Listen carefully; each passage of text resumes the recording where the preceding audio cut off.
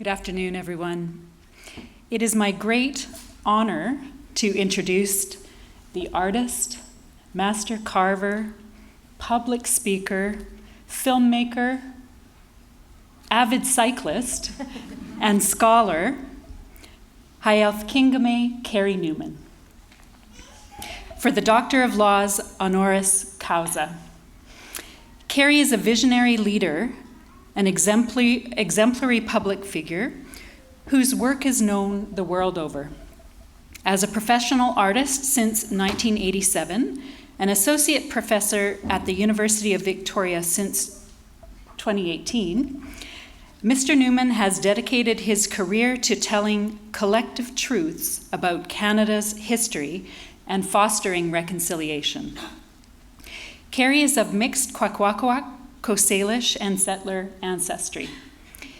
He approaches his work with deep humility that comes from both his cultural teachings and his family's embodiment of reconciliation. Not only is his work about reconciliation, it is reconciliation in action. Carey brings together people from diverse backgrounds to work toward a common goal. Some of you may have some experience with that as Royal Roads graduates. As those of us who have had the honor to work with him know, he builds relationships with integrity, a gentleness of spirit, and attention, inviting all who enter his circle to contribute to something greater than our individual selves. His most well-known installation, as you've already heard, is the Witness Blanket, and it's a perfect example of this. The Witness Blanket is a national monument of the Indian residential school era, made of over 700 items collected from residential schools, churches, government buildings, and traditional structures all across Canada. Carey has produced a film and published several works related to the Witness Blanket, most recently enhancing it through a digital experience in collaboration with the Canadian Museum of Human Rights, which is also called CMHR, and TELUS. In selecting a long-term home for the Witness Blanket, Carey incorporated Kwakwaka'wakw teachings and worldviews into a stewardship agreement he co-developed with the CMHR. And this was enshrined through a traditional witnessing ceremony. Carey and the CMHR agreed to share responsibility to care for the Witness Blanket. Hi there. To care for the Witness Blanket while recognizing and maintaining the inherent rights of the survivors' stories embedded in the blanket itself. This stewardship agreement is an innovation in and of itself in that it shifts the focus from individual rights to collective responsibility. It challenges typical notions of collection, property, and ownership, and sets an example for relationships between artists, museums, and the communities they serve. Carey lives RRU's values by undertaking all of his endeavors with courage, creativity, and a deep sense of care. No stranger to RRU, he brought the Witness Blanket to this campus at the end of a Canada-wide tour in 2016. He served as a keynote speaker at RRU's Leadership Conference in 2017, and he spoke on a panel for the MA Leadership Program in 2021. Some of you may even remember that. Last year, he designed and oversaw the laser-cut stainless steel screen titled All My Relations, which all of you saw as you entered this very auditorium. He also oversaw the making of 10 benches milled from blown down wood on the RRU campus that you also saw just outside this room in the foyer. He's currently serving as the Impact Chair of Indigenous Art Practices at the University of Victoria. Carey is leading countless collaborative projects while continuing to cultivate his professional aesthetic practice through public and private commissions.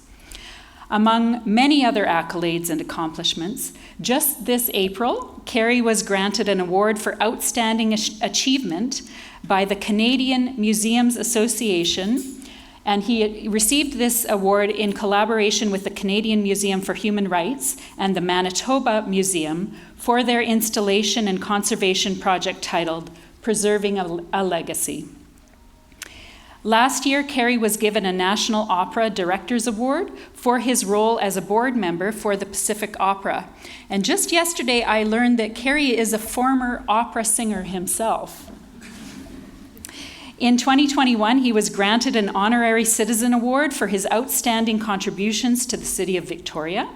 He was also recognized with a Victoria Community Leadership Award for extending reconciliation in 2020. He was named to the Order of British Columbia in 2018 and awarded the Governor General of Canada's Meritorious Service Medal in 2017. Moreover, as a community builder, opinion maker, resident of Victoria, BC, and proud father to his daughter, Addie. Where are you, Addie? Are you here? Proud father to Addie. He has enhanced the community of Victoria by leading the Hearts and Hands Legacy Totem Pole project at Oakland School, creating the Earth Drums in Cedar Hill Park, raised 2 totems with the Eagle Project at the Victoria Native Friendship Centre, and created Mind, Body and Spirit, an artistic and acoustic installation at Pacific Opera, Victoria. As broadcast journalist Sheila Rogers proudly proclaimed in preparing his nomination, Carey is one of the most remarkable humans on the planet, and you can quote me on that. And I did.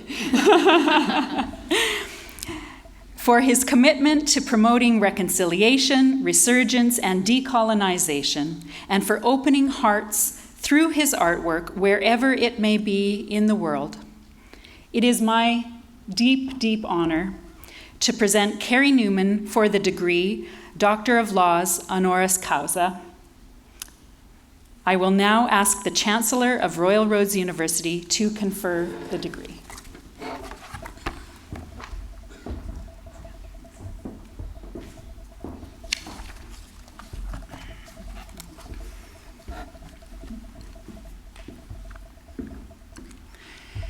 Carey Newman, by virtue of the authority vested in me by the Royal Roads University Act and in accordance with the recommendation of the Board of Governors of Royal Roads University, I confer upon you the degree of Doctor of Laws, honoris causa, with all the rights, privileges, and honors here and elsewhere appertaining.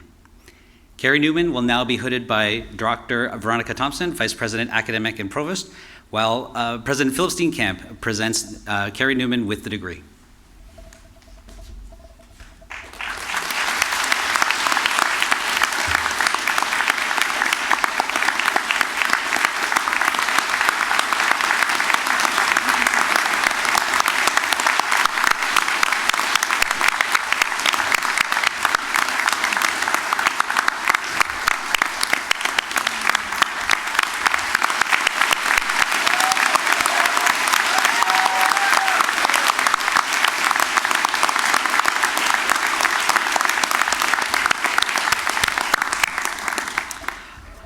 I had the honor of sitting with Carey and his family last night over dinner. Got to learn a lot about Carey. As you've probably heard, he's a filmmaker, past opera singer, artist, and I said, you know what, might as well call him a Swiss Army knife. So with that, and he's a great sport as well. With that, and I do apologize, Carey, he might be the second most interesting man in the world next to Chuck Norris. It is my absolute pleasure and honor to call upon Dr. Carey Newman to address the convocation. Please.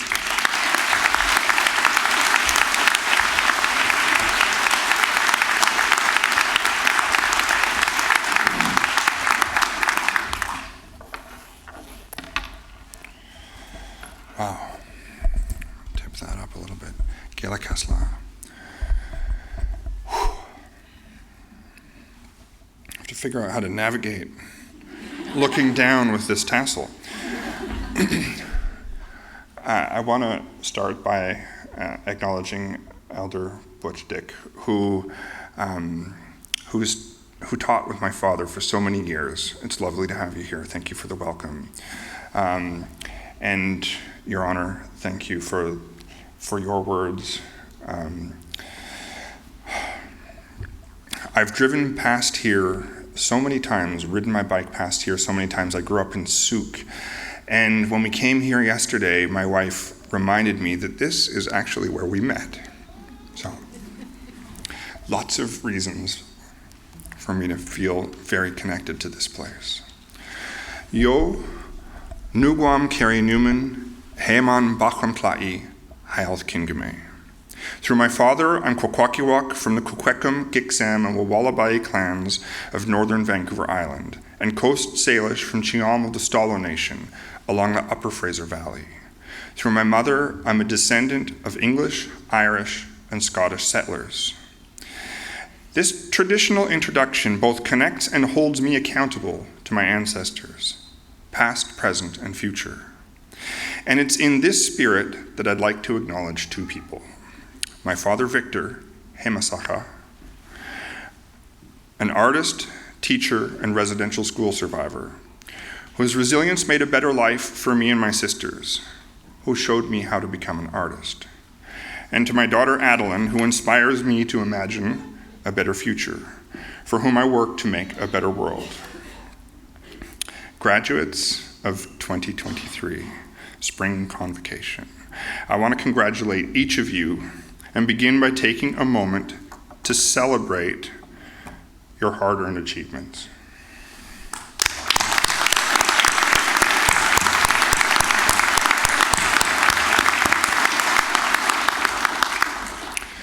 I'm going to talk a little bit about how art seeds change and about making something bigger than ourselves.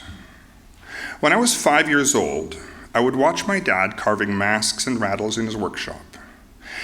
He made it look so easy, and not knowing any better, I cut my thumb trying to carve a wooden car. That was the first time that I tried to do something beyond my understanding and abilities.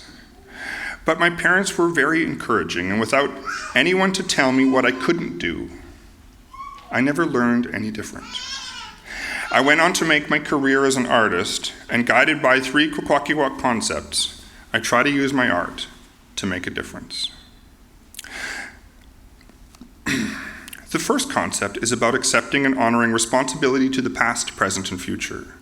It's a way of understanding reciprocity across generations, and it isn't so much taught as demonstrated in the words and actions of our hereditary leaders.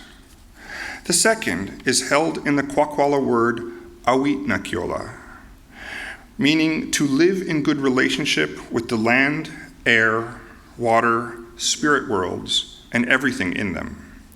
It's a worldview that places humans within rather than above the cycle of life. The third is mayakala, which calls for us to work and speak together in ways that embody respect for the land, for the self, and for each other. When I reflect on my career, I can trace how these ideas have guided my heart and my hands. I can also see how in the process of transforming one thing to another, I too have been remade. To describe what I call being the maker and the material, I think back to when I was a new parent and my capacity for love grew larger than I ever could have imagined the moment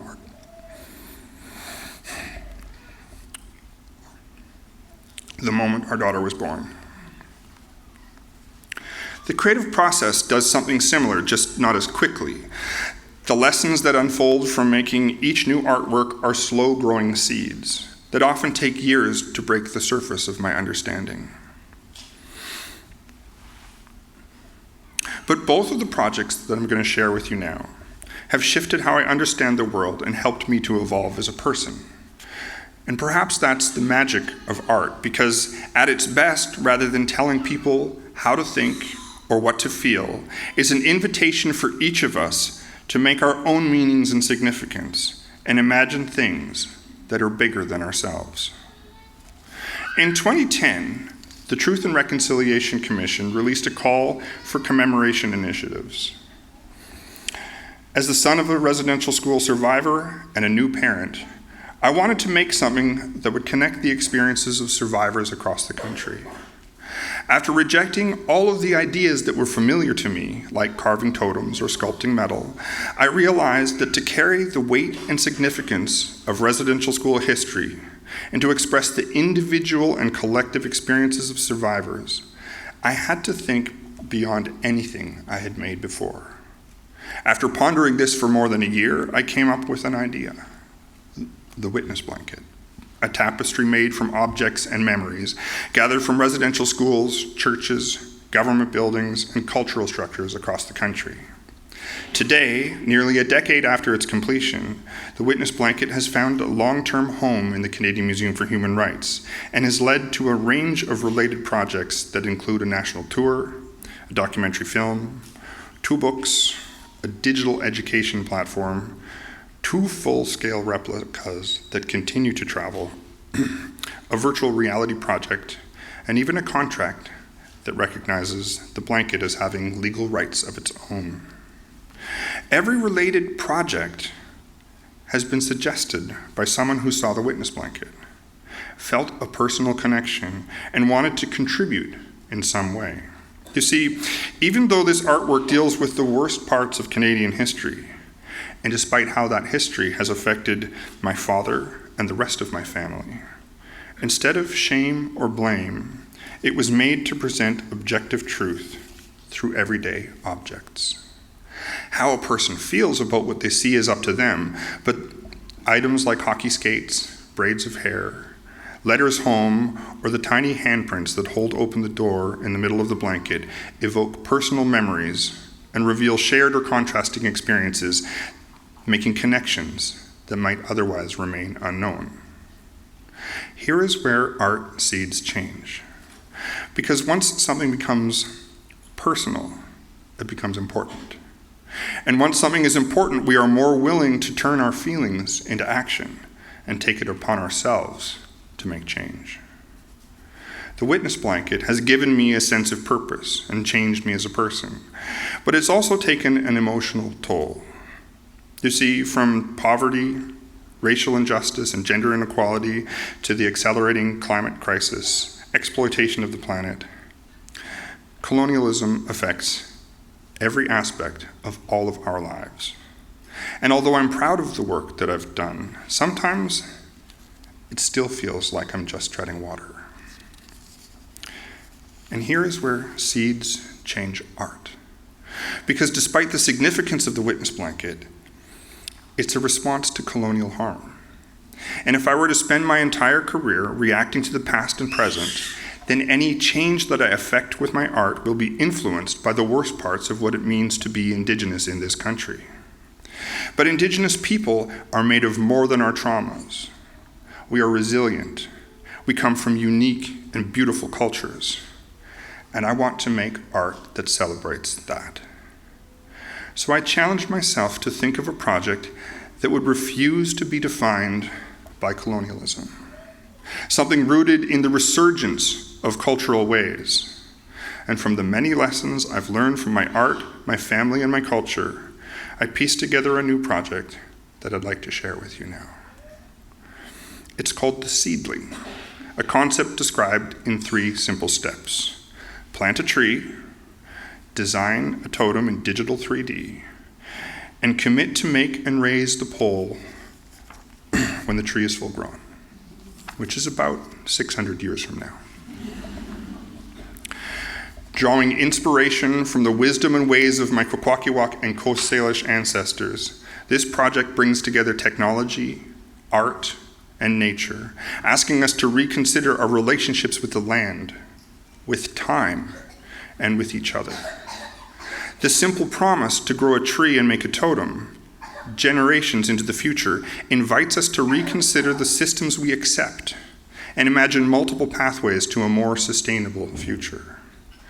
Our society is defined by arbitrary timelines and metrics of success that are inherent to our current economics and politics. By taking the perspectives of Indigenous people who've lived sustainably upon these lands since before the Great Pyramids were made, and projecting them far into the future, beyond the systems and imperatives of today. The seedling ignites a beacon from the past to lead us into the future. And by enacting our responsibility across generations, we are not only promise a better world for our children and our children's children, we live healthier and more purposeful lives today. How many of you have ever said, "I am not an artist"? I ask because I can't count the number of times I've heard people say this or something similar. And I believe that this mindset is something that we are taught. Because creativity isn't limited to skills with a paintbrush or chisel. Artistry belongs to everyone, and it exists in big ideas and aspirational dreams. Put a sheet of paper and a box of crayons in front of a 5-year-old child and watch them create entire worlds. But for too many of us, growing up means that our vibrant imaginations are slowly replaced by social and economic obligations. Get a good education, find a secure job, raise a family. In the process of setting attainable goals, sometimes we limit the size of our dreams, stop attending to our creative voices, and eventually begin to believe that only exceptional people do extraordinary things. But the projects I've described take many hands to make and keep growing bigger than I could have ever imagined. So what would happen if, regardless of circumstance, we refused to let go of our creative beings? Because when it comes to the biggest challenges that we face, we need even bigger ideas to fix them. And to make those ideas into reality, we need hope. We need to believe that there is something that we can do to make a difference. For me, that hope begins with my father, who, despite the traumas of residential school, found his way back to culture through carving, a seed of creativity that he passed down to me.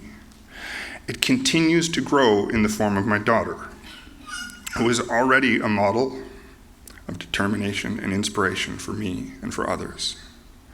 And it leads to an impossibly big idea. A dream so large that nobody here will live to see it come true.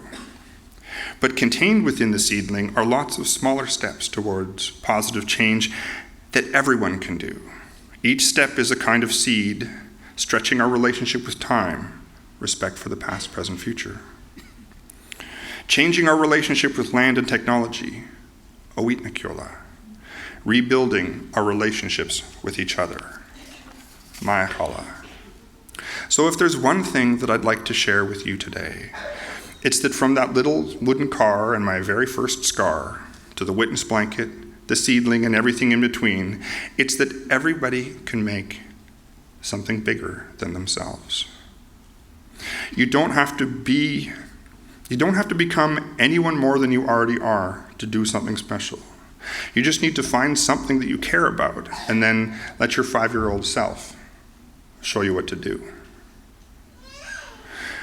When I was at the very beginning of the witness blanket, I had a visit from an Indigenous elder from Ottawa who spent their entire career in politics and academia. He told me, after a conversation about what I was making, that someday someone would earn a doctorate from studying and writing about this project. I just never dared to imagine that someone would be me. So I want to thank Royal Roads University for this incredible honor. I also want to acknowledge my daughter, Adeline, my wife, Elaine, my parents, sisters, friends, colleagues, mentors, co-authors, and my communities. Each of them have helped shape the person I am today, and I want to share this honor with you. And to the graduates, none of us do any of this alone. So, I hope that you take a moment to share your accomplishments today with those who have helped you get here. Gila Kasla, Haitsepka, and thank you.